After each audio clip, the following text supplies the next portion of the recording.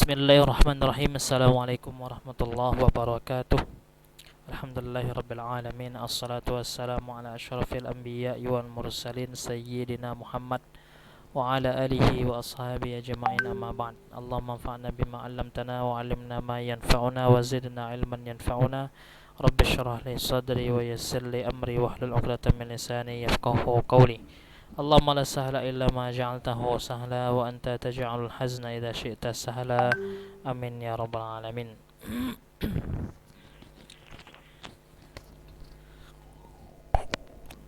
Ikhwas sekalian, alhamdulillah segala puji bagi Allah Subhanahu wa taala yang telah mempertemukan kita kembali setelah kita menjalankan hari raya Idul Fitri 1442 Hijriah. Mudah-mudahan Allah Subhanahu wa taala menerima amal kebaikan kita semuanya. Dan Ustaz ucapkan taqabbalallahu minna wa minkum shalihal a'mal. Kullu amin wa antum bi khair. Pada audio ini insyaallah kita akan coba kembali bahas sambungan dari pelajaran kita ilmu mustalahul hadis, yang mana pembahasan kita masuk di pembagian ba ma yata'allaqu bid-dhabti, yang berkaitan dengan ad-dhabt, ya. Kekuatan hafalan seseorang, ya, atau dalam hal ini kekuatan hafalan seorang rawi.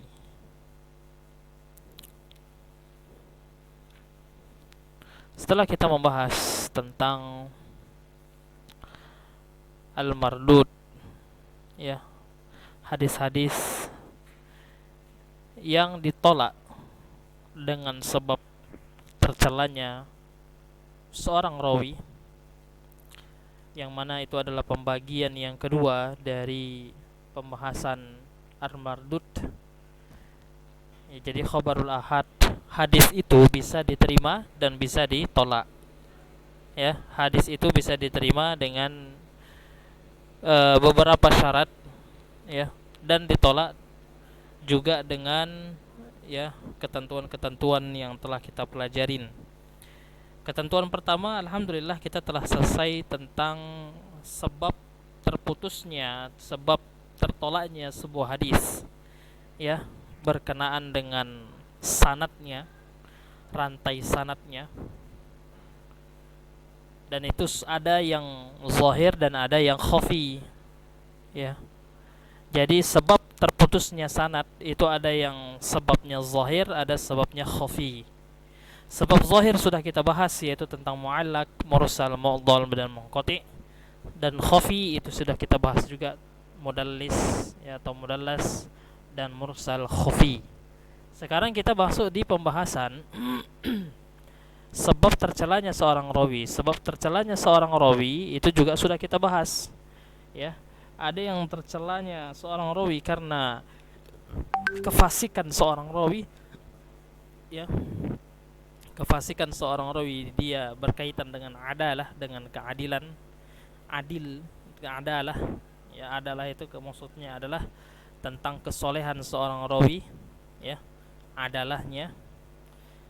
Nah, di sini dia terbagi menjadi ada seorang rawi itu yang suka berdusta, maka dia dinamakan hadis tersebut hadis maudhu'. Ada yang dia tertuduh dusta, ya. Ada yang tertuduh dusta, namanya hadis matruk. Ada yang al-fisq, ini namanya mungkar. Ada yang bid'ah, ada yang jahalah. Dan ini sudah kita bahas, ya, pada pertemuan-pertemuan yang lalu. Sekarang kita coba masuk di pembagian kedua dari sebab tercelanya seorang rawi yang berkaitan dengan hafalan, ya, berkaitan dengan hafalan seorang rawi. Taib, ma yata'allaqu bid-dhabt. Yang pertama yang kita akan bahas adalah al-mu'allal. Jadi, ya, al-mu'allal. Al-mu'allal ini adalah hadis tercela, ya, hadis yang tercela, ada ilahnya di situ. Bisa jadi dengan sebab fuhsyul ghalat, artinya banyak salahnya dia, seorang rawi itu banyak salahnya, atau karena jeleknya hafalannya, ya, atau karena lalai, atau karena yang lain-lainnya. Baik, kita coba bahas. Yang pertama adalah al-mu'allal istilahan. Apa itu hadis mu'allal? Hadis mu'allal adalah al-hadis alladhi uttali'a fihi ala illatin, ya, taqdahu fi sihhatihi ma'a anna az-zahir as-salamah minha. Yaitu sebuah hadis yang di dalamnya terungkap adanya cacat, ya. Alladzi uttali'a fihi ala illatin. Al-hadis alladzi uttali'a fihi ala illatin, yaitu hadis yang di dalamnya terungkap atau, ya, tampak adanya cacat. Takdah fi sihhatihi, ya, sehingga menyebabkan rusak kesahihannya, ya. Takdah fi sihhatihi, rusak kesahihannya.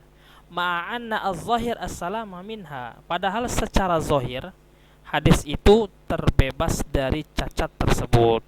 Nah, inilah hadis al-mu'allal. Hadis mu'allal adalah al-hadis alladhi uttuli'a fihi ala illatin takdah fi sihhatihi ma'anna az-zahir as-salamah minha. Al-illatu istilahan. Apa illah itu istilahan? Apa sih illat itu secara istilah? Hiya sababun ghamidun khafiyyun qadihun fi sihhatil hadis. Illah itu sebenarnya adalah sebab yang tersembunyi, ya.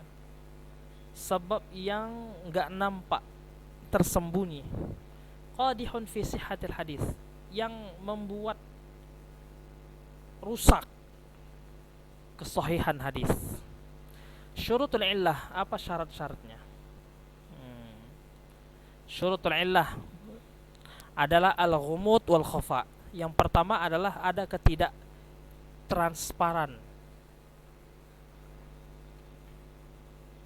dan tersembunyi. Yang kedua adalah al-qadah fi sihhatil hadis, cacat, ya, ada rusak di kesahihan hadis. Nah, cara mengetahui apakah suatu hadis memiliki cacat sehingga termasuk mu'allal ataukah tidak adalah dengan mengumpulkan semua jalur sanad hadis dan riwayatnya. Misalkan sanad jalur hadis ini, ya, ada satu jalur. Kita cari yang senada dengan jalur hadis tersebut, ya, kita cari di kitab-kitab para ulama. Dan ini merupakan kerjaan yang sangat membutuhkan banyak waktu mengkajinya serta mendalam tentangnya dan melihat perbedaan rawinya, mengadakan i'tibar, yaitu analisis, ya, terhadap kedudukan para rawi dari segi hafalan, keakurasian dan kebenarannya. Nah, Imam Al-Khatib Al-Baghdadi mengatakan cara mengetahui illah adalah dengan mengumpulkan semua jalur periwayatan. Kata beliau, ya, melihat perbedaan rawi, mengadakan i'tibar terhadap kedudukan mereka dari segi hafalan dan posisi mereka dalam hal kebenaran dan keakurasian. Imam Ali Al-Madini mengatakan, ya, bab apabila tidak terkumpul jalur periwayatan maka tidak akan tampak kesalahannya.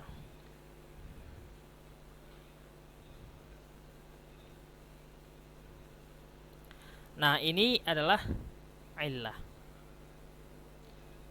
Kemudian ada pertanyaan, as-soal raqam al-awwal, hal tutlaqul illah ala ghairi ma'naha al-istilahi?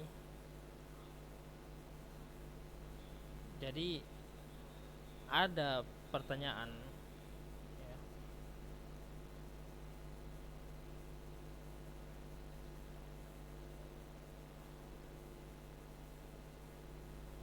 Pertanyaannya adalah berkenaan dengan hal tutlaqu al-illah, ya, hal tutlaqu al-illah ala ghairi ma'naha al-islahi, apakah, ya, illah itu dapat diungkapkan selain makna istilahi, bisa atau tidak? Al-jawab na'am, qad tutlaqu ahyanan ala ayyi ta'nin muwajjahin lil hadis wa illam yakun khafiyan aw qadihan fi sihhatil hadis. Ya, bisa terkadang, ya, terkadang mu'al ini diistilahkan, ya, dengan yang bukan makna istilahnya, ala ayyi ta'nin muwajjahin lil hadis, ya, sesuai dengan cacatnya yang diarahkan ke sebuah hadis, walaupun dia tidak tersembunyi atau merupakan rusak dalam kesahihan hadis. Misalu zalika, contohnya at-ta'lil bi kadzibir rawi aw ghaflatihi aw su'i hifzihi wa nahwiha, hatta laqad summiya at-Tirmidzi an-nasakh illah. Contohnya adalah ta'lil, ya, penyebutan illah dengan kedustaan seorang rawi, atau dengan kelalaiannya, atau dengan su'i hifzinya, dengan sebab buruknya hafalannya dan selainnya. Hatta, hingga Imam Tirmizi, ya, hingga Imam Tirmizi menamakan nasakh itu dengan illah. Itu dia. Yang kedua, at-ta'lil bi mukhalafatin la taqdah fi sihhatil hadis. Ta'lil dengan, ya, menyelisihi walaupun dia tidak ada rusak dalam kesahihan sebuah hadis. Ka irsali ma wasalahu thiqah, seperti, ya, mursal yang dilakukan oleh seorang rawi yang thiqah. Wa bina'an alaihi qala ba'duhum, berdasarkan hal itu maka sebagian ulama mengatakan minal hadis as-sahih ma huwa sahih mu'allal. Di antara hadis-hadis yang sahih ada yang termasuk hadis mu'allal. Nah, illah ini kadang-kadang terjadi pada sanad, ya. Illah itu terjadi terkadang pada sanad, terkadang juga terjadi pada matan, ya.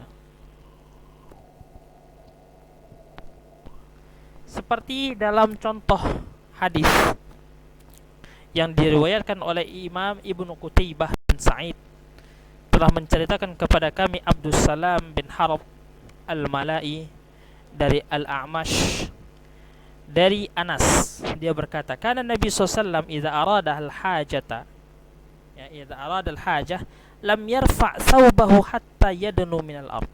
Apabila Rasulullah SAW hendak membuang air, maka beliau tidak membuka atau mengangkat pakaiannya sehingga berada di tempat yang tersembunyi. Nah, ini menunjukkan bahwasanya, ya, hadis ini menunjukkan juga dari segi ajaran, ya, menunjukkan bahwasanya kita tidak boleh mandi telanjang kecuali di kamar mandi yang tertutup, ya, tertutup semuanya. Nah, itu baru boleh. Sama seperti sebuah hadis yang menceritakan tentang Nabi Musa, bahwasanya Nabi Musa itu mandi telanjang, ya. Nabi Musa mandi telanjang di padang pasir, Dari kata orang Yahudi, kata Bani Israel, ya, kata orang-orang Yahudi, Nabi Musa itu dia suka mandi telanjang katanya. Mandi telanjang, itu kata orang Yahudi. Karena apa? Karena kepunyaan Nabi Musa besar katanya. Dia nggak mau mandi sama kita, sama rame-rame kayak gini. Padahal, ya, syariat Nabi Musa ketika itu, ya, mandi telanjang itu diperbolehkan, tapi dia tertutup, tidak ada orang di sana. Sedangkan orang Yahudi mereka mandi di suatu tempat yang dia rame-rame di situ mandinya. Nah, ini tidak boleh. Kalau dia mandi rame-rame tidak boleh mandi telanjang. Taib. Sanad hadis ini secara lahir, ya secara zahirnya adalah sahih. Ya, rijalnya thiqah. Hanya saja Al-A'mash tidak pernah mendengar hadis secara langsung dari Anas bin Malik. Ibnul Madini mengatakan Al-A'mash tidak pernah mendengar hadis dari Anas bin Malik. Ia hanya pernah melihat di Mekkah ketika salat ada di belakang maqam. Nah, ini pembahasan tentang hadis al-mu'allal, ya. Pembahasan tentang hadis al-mu'allal. Kemudian yang kedua, as-su'al ar-raqam ats-tsani. Ila ayyi isnadin yatatarraq at-ta'lil? Ila ayyi sanadin yatatarraq at-ta'lil? Sampai sanad yang mana katanya? Sampai sanad yang mana diperlakukan ta'lil, ya? Sampai batas sanad yang mana itu dia ta'lil itu berlaku. Yatatarraq ta'lil ila al-isnadil jami' syurutus sihhati zahiran. Jadi ta'lil itu berlaku sampai sanad ya keseluruhannya yang merupakan syarat kesahihan sebuah hadis. Lianna ad-dha'if, karena dhaif la yahtaj ila al-bahsi an illalihi. Karena hadis dhaif itu enggak butuh ya pembahasan tentang illahnya. Idz innahu mardudun la yu'mal bihi. Karena apa? Karena hadis dhaif itu hadis yang tertolak, tidak diamalkan. Tidak bisa diamalkan. Kalau hadis sahih ini kan diamalkan. Tapi kalau hadis dhaif tidak bisa diamalkan. Oleh karenanya sampai mana batas ta'lilnya? Kata pertanyaan di sini, ada kata soal di sini. Baik. Nah, insyaallah ikhwah sekalian, kita akan sambung pada pertemuan berikutnya. As-soal ar-raqam ats-tsalits. Bima yusta'an ala idrakil illah. Dengan apa kita mengetahui illah sebuah hadis tersebut? Itu dia.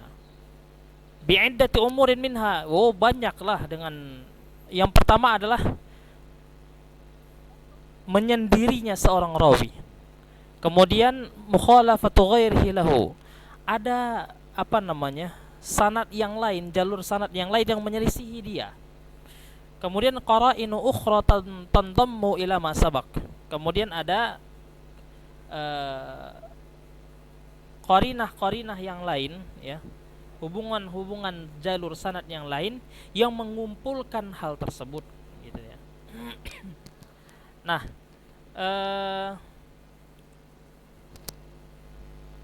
kemudian tentang mahwa at-tariq ila ma'rifatil mu'allal. Apa metode untuk mengetahui hadis mu'allal? Caranya bagaimana? At-tariq ila ma'rifatihi huwa jam'u turuqil hadis. Ya, mengetahui al-mu'allal itu adalah dengan mengumpulkan semua jalur periwayatan sanad hadis, wan nazar fi ikhtilafi ruwatihi, dan melihat ya tentang perbedaan rawi-rawinya, wal muwazanah, kemudian menimbang ya, wal muwazanah baina dhabtihim wa itqanihim, baina dan muwazanah dibandingkan ya antara kekuatan hafalannya, itqannya, mutqinnya, kemudian menghukumi riwayat yang diillahkan tersebut. Aina taqa'ul illah, di mana letaknya illah? Illah itu terletak di dalam sanad atau dalam sanad atau dalam matan. Apakah ilat di sebuah sanad itu dapat merusak matan? Jawabannya terkadang dapat merusak matan. Ya, karena cacatnya di sanad. Ya. Terkadang cacatnya sanad itu khusus, padahal matannya sahih. Jadi sanad rusak bisa jadi sanad rusak matan hadis betul. Nah, jadi ada dua gelombangnya. Taib, ikhwah sekalian, inilah mungkin yang dapat Ustaz sampaikan. Maka mudah-mudahan antum semuanya ya bisa berhasil atau dapat menyelesaikan ujian, ya, ujian 4 nanti, ujian akhir tahun ya, akhir semester. Mudah-mudahan Allah Subhanahu wa taala bantu antum semuanya. Taib, inilah yang dapat Ustaz sampaikan. Kita doa dengan doa kafaratul majelis. Subhanakallahumma rabbana bihamdika asyhadu an la ilaha illa anta astaghfiruka wa atubu ilaik. Assalamualaikum warahmatullahi wabarakatuh.